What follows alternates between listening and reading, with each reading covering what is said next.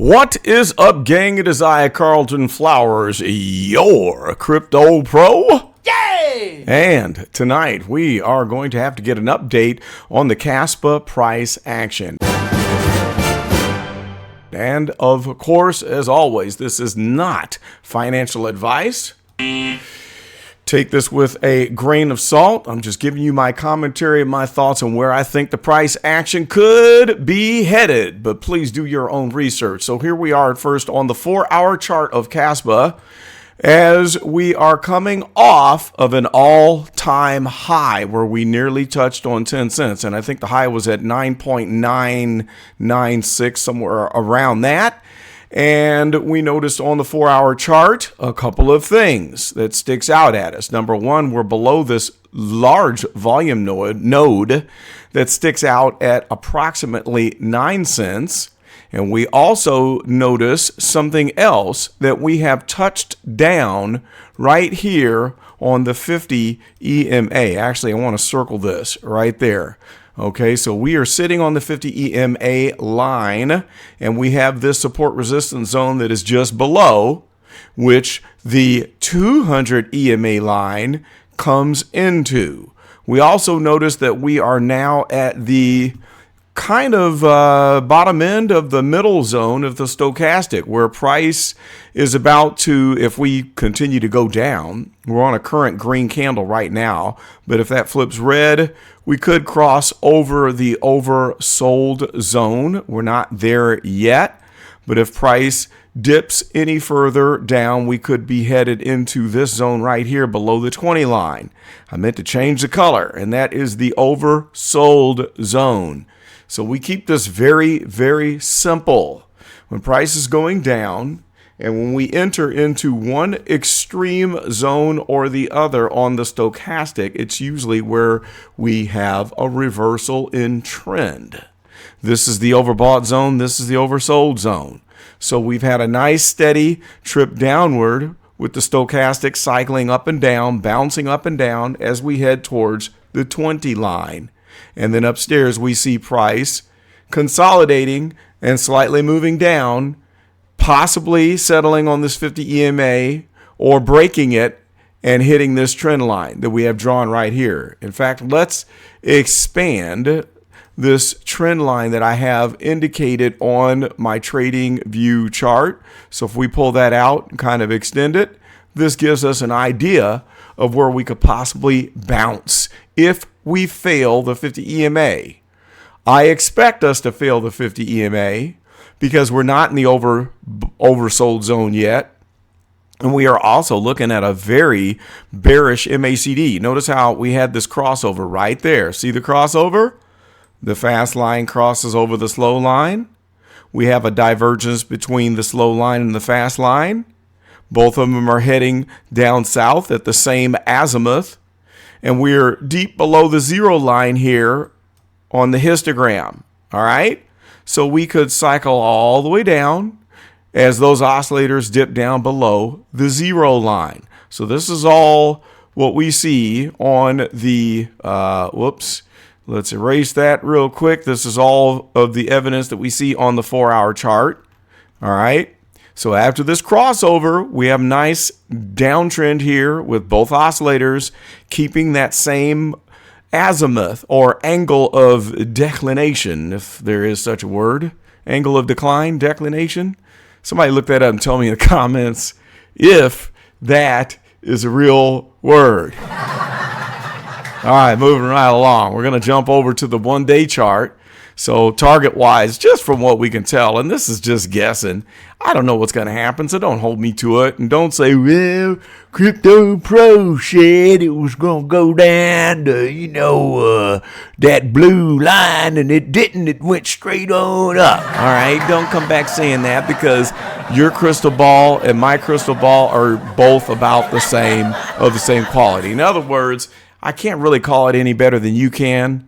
I'm just trying to look at what's most simple so we can decide what is possible on this chart. We can discuss it down in the comments below. All right, so coming off of this node that's up here at 9 cents, we're falling away from that. Okay, so the next one that is attracted is this 7.2, 7.3 is sticking out. So that's my target here from this 4-hour chart. I think that we'll correct down to 7.3, and if we fail that, we come to the blue line, which would cross somewhere around 7 cents. If we fail that, we're back into this support resistance zone, and there's strong support at 6.4 cents. I don't see us failing that. If we do, it's back down here at the point of control price, right above 5 cents. All right, let's move to the one-day chart. This chart kind of lets you know that we just went on a parabolic run. What does that mean? A parabolic run means that your price action gets increasingly steeper. So if we draw a line, it starts to move up at a steeper and steeper rate until we go straight vertical, and then you break that. Okay? So if we were on a linear upward movement, let's connect these dots. This is where we would be, somewhere around this line that just magically happens to be right around this volume node within the support resistance zone that I just showed you on the 4-hour chart. But when you're in parabolic mode, we break the linear line and we go straight up in the air. Well, guess what? When you throw a rock straight up in the air, where does it land? When does it come down? Does it go to the moon forever? Or does it reverse direction and come back down towards your head? Okay, at some point that rock is going to fall back down and hit you in the noggin. We had this vertical move. The rock went straight up in the air, and now it's falling. Okay, correction is healthy. Correction is good. It has to come back down. So we can see that we have these 2 new zones that I drew in here since the classic ones. Well, actually, there's 3 new zones. The first one is here, and then we have the second one here, and the third one is here. So those let you know what to look for as the rock is falling back down from the sky.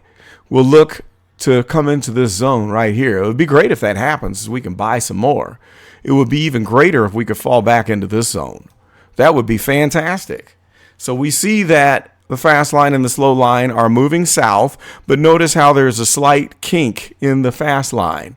It's not still facing straight down. It's kinking, which says it's getting closer to the orange line. What that could mean is it reverses and goes back up here again. It could also go straight down south. Then looking at MACD, do you see this fast line and slow line here? They're about to cross over. So it hasn't happened yet, but the blue line is curling down, and we would expect that at some point that it's going to cross over the orange line. So let's get a line here and just draw what it will possibly look like. It might look like this, okay? Then you got your orange one. Dang it, I keep clicking to change the color and it doesn't stay with it. Here's the orange one. This is what it'll typically look like, okay? So these stochastic peaks represent all-time highs. Let's clear everything and look at the past so you can recognize these, all right? Let's stretch this out and exaggerate it a little bit so you can see them. Here's a MACD peak before a crossover. This was a high point. And so then it peaked again. Before the crossover, you had a high point right there. It peaked again. What happened? All-time high right there. Then it goes down into a nice correction / consolidation. And then on the next wave up, we notice at this peak, there's a all-time high, right? And then it starts to sail down, and this was the consolidation period. What does it do again? A mini peak, touches, and then there it launches off into the major vertical move. Now you see that we have a peak here, and the blue line starts to curl over. It's rolling over, and now we're falling off of that. So you see several red candles, 1, 2, 3, 4 in a row before we get this light green one right now, which we haven't closed it yet. We don't know if it's going to stay green or it's going to flip red. But notice each time after we had this run, you had a couple red candles. Then there's a green one in there, and then there's another red that confirms that it's either a change in direction or that it's consolidation. Now, looking back here, after this one, there was 3 in a row. Okay, and then you had this nice downward movement for quite a while. It took us to 1.5. Oh boy, those were the good old days. The good old days. Now, I bought in at 0.004. The first time I bought in was at 0.0015. That's why I'm just sitting on the bag watching the action. I don't really care what happens from this point. I hope we do get a big dip, but we probably won't. So that's what this chart is telling us, that we're going to probably get into this zone. If we're lucky, it could jump out of here, bounce off of this blue line, or go up from here. We don't know. But it looks like if this crossover happens and if this stochastic continues to cycle down, we'll get back into this support resistance zone right there on the chart. Now, looking at the 1 week, this is very bullish. Okay, so you have a definite crossover on the stochastic. How far down will it go? Okay, and will we ever cycle all the way back down? That I don't know. Looking at the MACD, we are printing super strong bars on the histogram in dark green. The oscillators are shooting straight up in the air, which tells me that this current bullish trend, it could still push on. We could have a slight correction, and then it could launch into the next level. After this correction, we look to find 10 cents as a support, and then we'll start to build from that point. Things are going to get very interesting with Kaspa. Let's look at the volume very quickly on CoinGecko. And let's pull up Kaspa and look at the 24-hour trading. Hello, where is it? Why is the internet running this slow? Okay, let's try that again. I am having some issues here. KAS, there, now it came up. We're at number 37. And we can see that the volume has settled down. When I did the last video, when I did my live, the trading volume was like 157 million, which is absolutely bananas. Now we've settled down, and that's a big settle down. It's a big number to settle down to. It's at 49 million. That's tremendous. Market cap is at 1.7 billion. We're no longer the small cap hidden gem. Kaspa is in the big boys. I bought when it was a small cap hidden gem. Now I'm taking the ride. Okay? I am taking the ride and enjoying it. That is all I've got for this video. We'll end here on the 1-day chart. And I want you to post in the comments below and let me know what your thoughts are about my price projections and where we're going on the chart. Tell me what you think we will be at by the end of 2023 and where you see price going in the immediate. Will we make it down to this support resistance zone? And I will see you very soon. This is Carlton. Oh, before I leave, oh my goodness. It's so important that I would love it actually if you would like, comment, and subscribe. I can't talk tonight, to the Crypto Pro channel. And if you would like to help me defray the expensive cost of keeping up the channel, you may do so with the giving of a super thanks.